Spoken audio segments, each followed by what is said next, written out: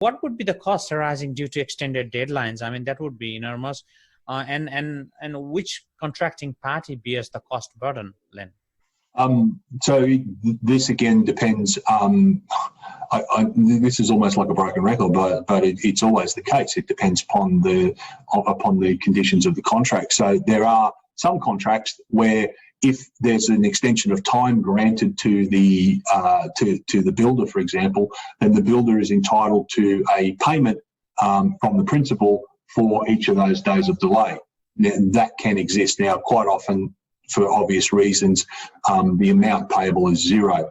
But then there are liquidated damages clauses within various contracts, which means that if the contract is delayed in its completion by the date that's nominated, the date for practical completion, then the party who's failed to honour their obligations is required to make payment in the amount nominated for liquidated damages for each day that they are late.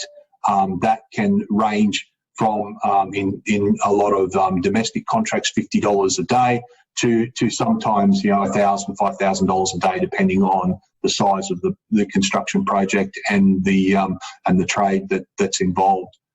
You might find, for example, that in a high-rise construction, the form worker who's doing significant amount of work to get the skeleton of the building up, a delay by them can be quite costly because they're delaying such an important part of the process, and therefore the amount that would be applicable for liquidated damages would be higher.